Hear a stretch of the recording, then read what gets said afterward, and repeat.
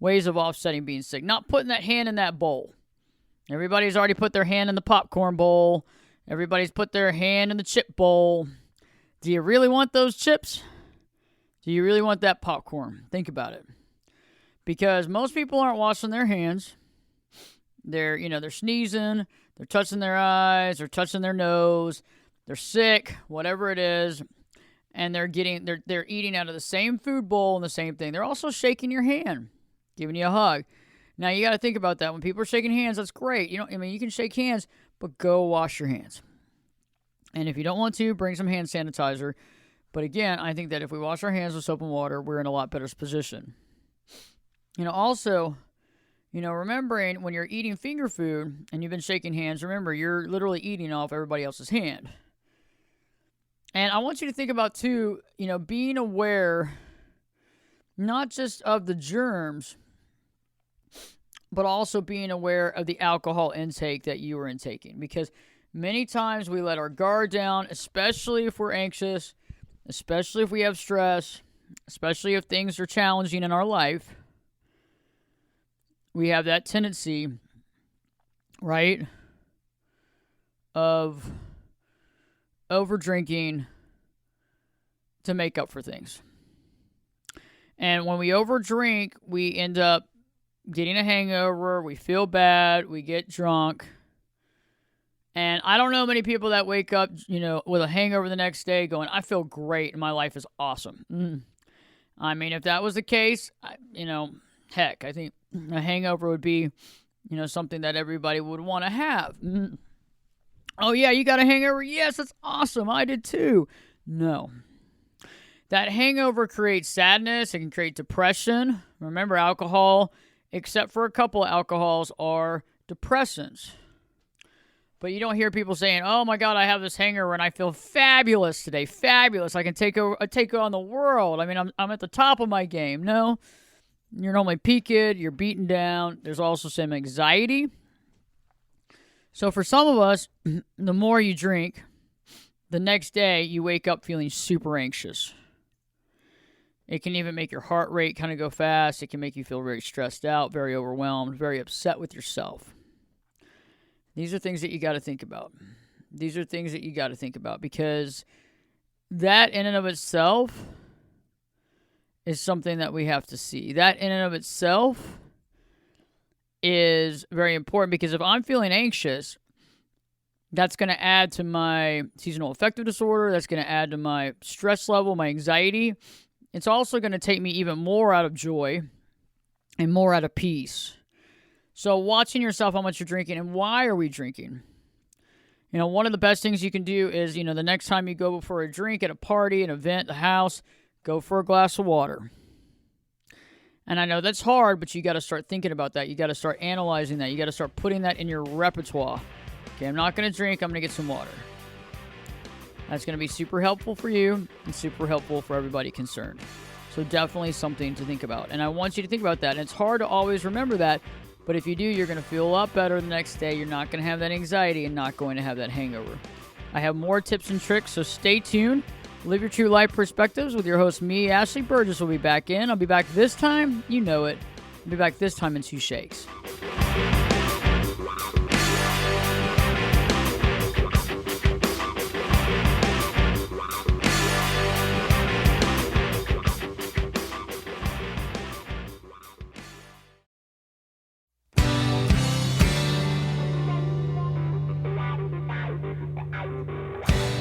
This is Jake Busey, and you're listening to Perspectives with Ashley Burgess.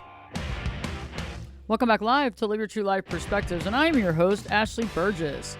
On today's show, I'm helping you stay well throughout the year and stay well throughout the holiday season, because the last thing we want to do is be painfully sick. We don't want to have some sort of sickness, whether that's COVID, flu, cold, strep, whatever it looks like. We don't want to get it.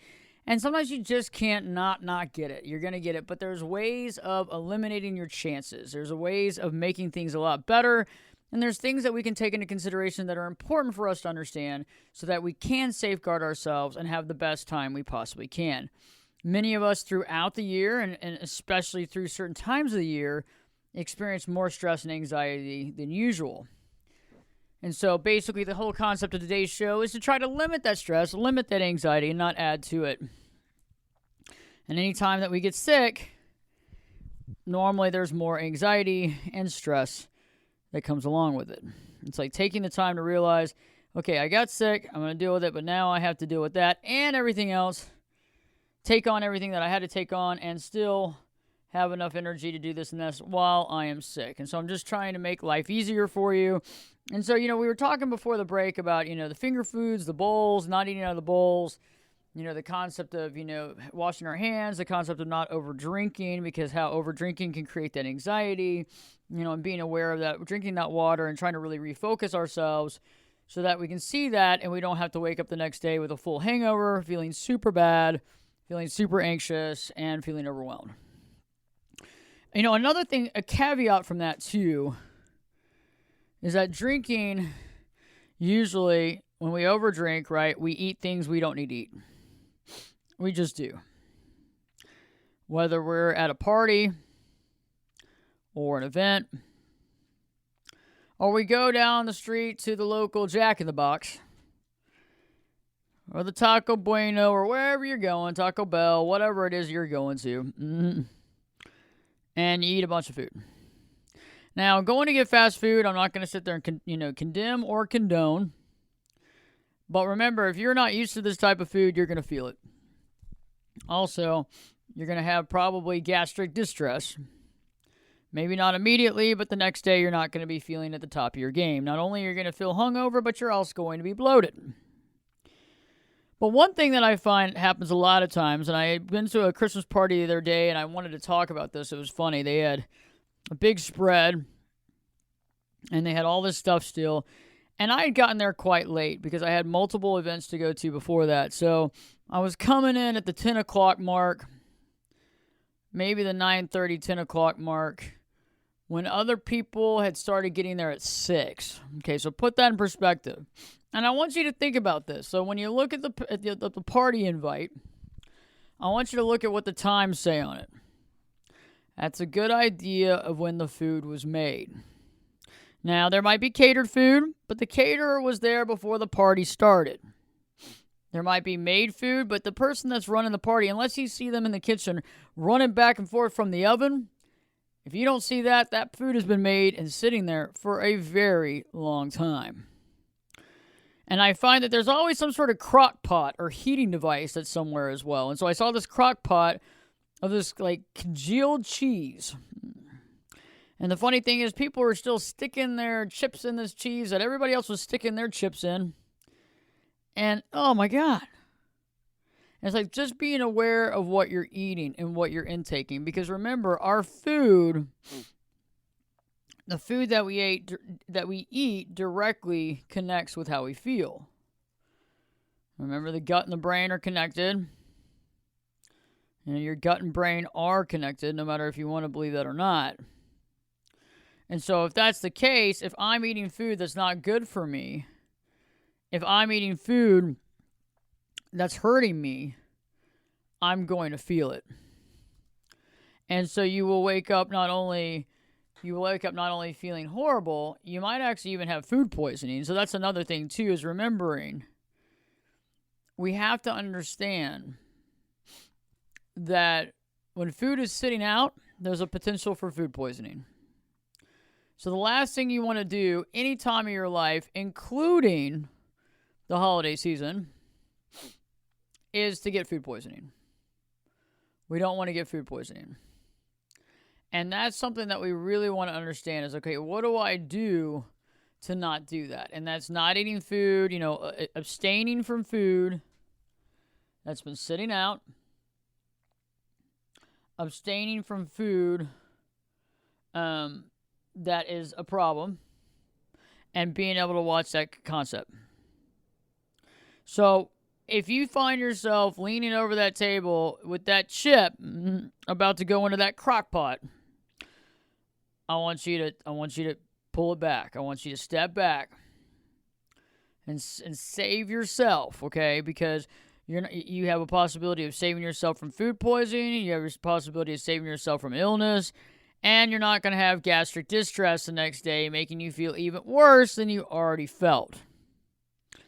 All these things are important. See, they all go, if you really think about it, all these things can kind of be offset. All these things can work to your advantage if you go into it saying, okay, I have to control some things about me. Maybe I feel a little out of control sometimes, but I got to control some stuff. I got to take advantage of some things that I need to take advantage of. I need to connect the dots a lot.